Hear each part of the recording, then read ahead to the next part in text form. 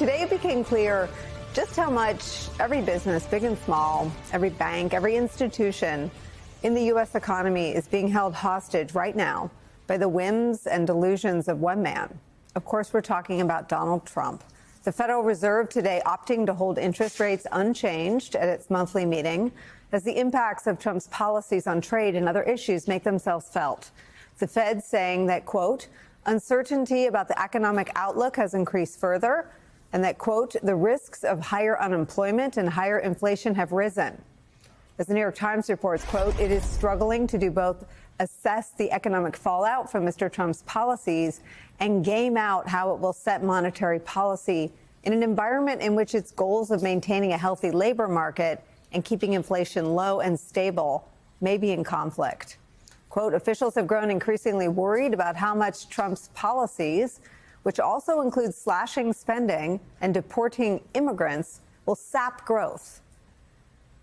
The irony of this, of course, is that Trump has been demanding that the Federal Reserve cut interest rates over and over again. At one point, even threatened to fire the Fed chair, Jerome Powell, something no president before him has ever done. But Trump's his own problem. It's his own policies, particularly the chaotic on-again, off-again nature of his tariffs that are making it impossible for him to get the rate cuts he so desperately seeks. Businesses lack the clarity they need as well. As we have reported on this program, the metrics that show goods and materials moving around the world are right now flashing bright red. Wall Street Journal reporting this, quote, scrambling to gauge how President Trump's tariffs are flowing through the global economy. Investors are seeking early signs in data from ports, truckers, and railroads. Companies have paused bookings for containers that ferry everything from scrunchies to batteries across the oceans. Ocean carriers have been canceling sailings across the Pacific Ocean to the U.S. Almost 30 such journeys were canceled for the week ending May 4th.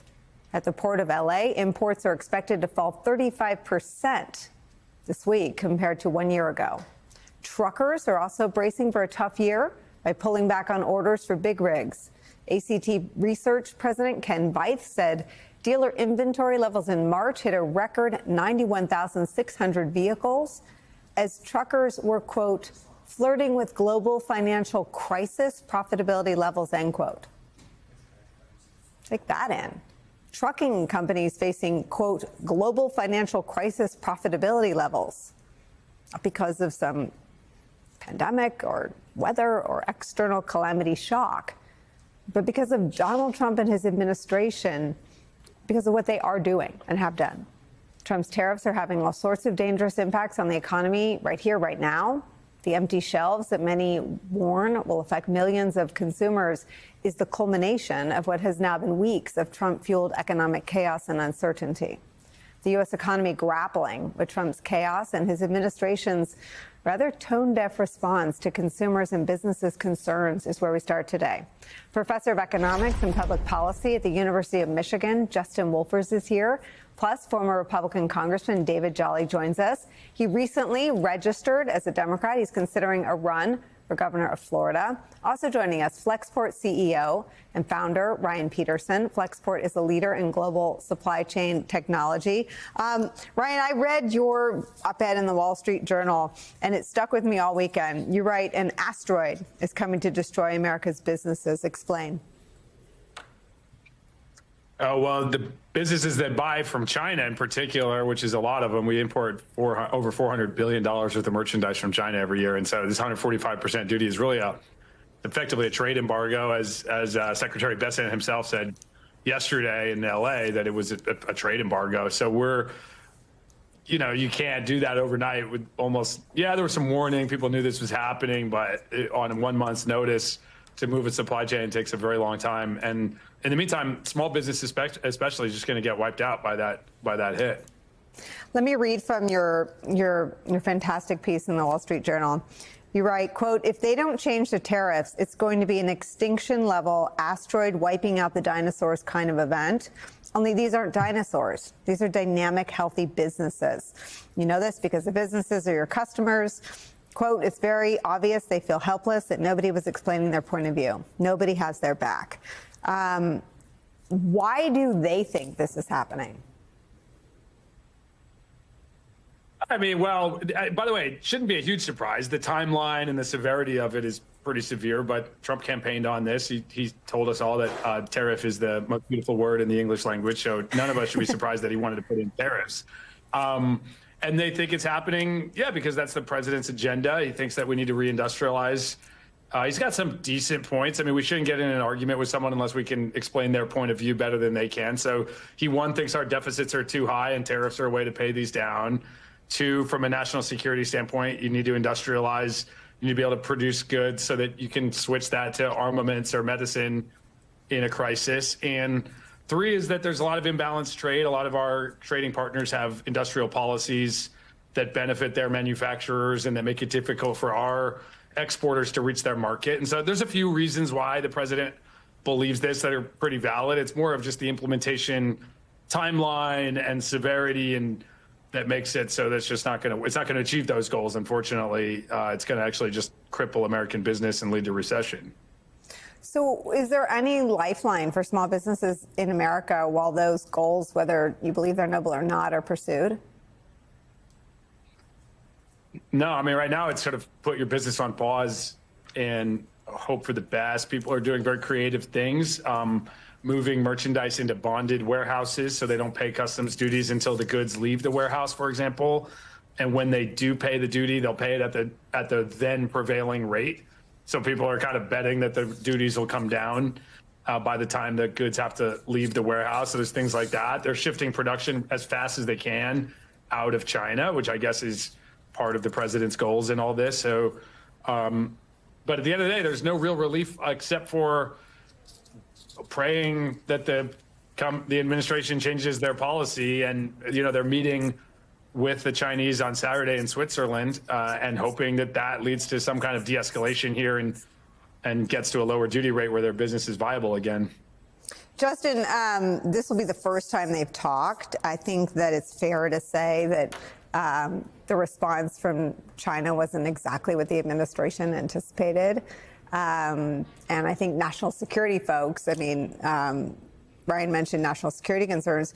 National security folks believe that China will have a much stiffer upper lip than the American consumer about a prolonged trade war. So in terms of, you know, going into this, I don't think anybody sees the American consumer as having any particular advantages in this. What is your assessment of where we are today and how the administration is navigating this?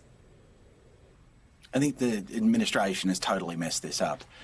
It's kind of stunning that we're in early May right now. They came to power on January 20th, and the president is yet to talk to President Xi. And I'm pretty sure the problem here is not that President Xi doesn't own a phone. It's that President Trump will not call. So this is sort of like, you know, look, I had a thing when I was 14 with a girl I liked. I kept waiting for her to call. She kept waiting for me to call. And we never got together. And there was something beautiful that could have happened out of that. I don't know what she's doing with her life now. But that's the story of the American economy. This is a bunch of relationships, productive, healthy, economic relationships, which are on hold, on pause, and being destroyed because the president doesn't have the courage to pick up the phone. You know, David Jolly, Ryan's right that the president talked about tariffs on the campaign trail. And there's a soundbite that I've played on this show for years now where Donald Trump says to an audience of his supporters, quote, "Don't believe your eyes, don't believe your ears, just believe me." And we've covered that soundbite because it's so dystopian. It's where he was heading with propaganda and with delegitimizing trust in the media, which he's had a lot of success in that endeavor. But he was talking about tariffs. He was talking about tariffs because his press secretary in this year went out and said tariffs are not a tax. Tariffs are a tax. Republican senators have said so much. And the American people understand that. You tell me where you think we are right now, and at this point, where the politics land for Republicans who've done nothing to help the American small business owner, the American consumer, the American family, the people who voted for Donald Trump, who'd been convicted of 34 felonies in large part because of the price of things. Yeah, Nicole, very simply, to play off of the president's words, the American people don't believe him now. They just simply don't believe him. The world markets certainly don't believe him. They believe the actions, but they don't believe his words, and the actions are going to make the world and certainly America less prosperous. And that is driving the economic uncertainty of consumers and voters, but also the economic uncertainty that will lead to the pullback in industries across the country. And I think what you're seeing certainly from the sophisticated markets and industry, but an awareness of by voters and consumers as well, is, look, to re-domesticate industries requires subsidizing those industries, right? Donald Trump is not getting up giving speeches about how he intends to subsidize the return of certain industries. He's just saying it will happen. Just believe me, it will happen. The truth is, you have to subsidize it through dramatic tax cuts or tax credits or through direct subsidies. The agricultural program is a perfect example where we give direct subsidies to farmers and growers. Donald Trump actually, I believe, tripled the amount of annual subsidies to agriculture from the Obama years. He did that during his first term. So certainly there are places where he's trying to do that, but he doesn't want to talk about it because I guess it is against a certain Republican ethos, but also because there's not actually a coordinated plan to do it. What does that all mean? The President of the United States has an economic plan that is in complete disarray. The data is presenting a gathering storm for industry, for our macroeconomy, but for consumers as well. And the economic uncertainty among voters, Republican, Democrat, Independent, is real. And Republicans are going to pay the political cost for that. And Donald Trump is just a matter of approval ratings. We're seeing them drop. But for every other Republican who's in cycle next November, it is their job on the line. And they likely will lose their job alongside those in small business that are going to lose their jobs because of Donald Trump's tariff strategies.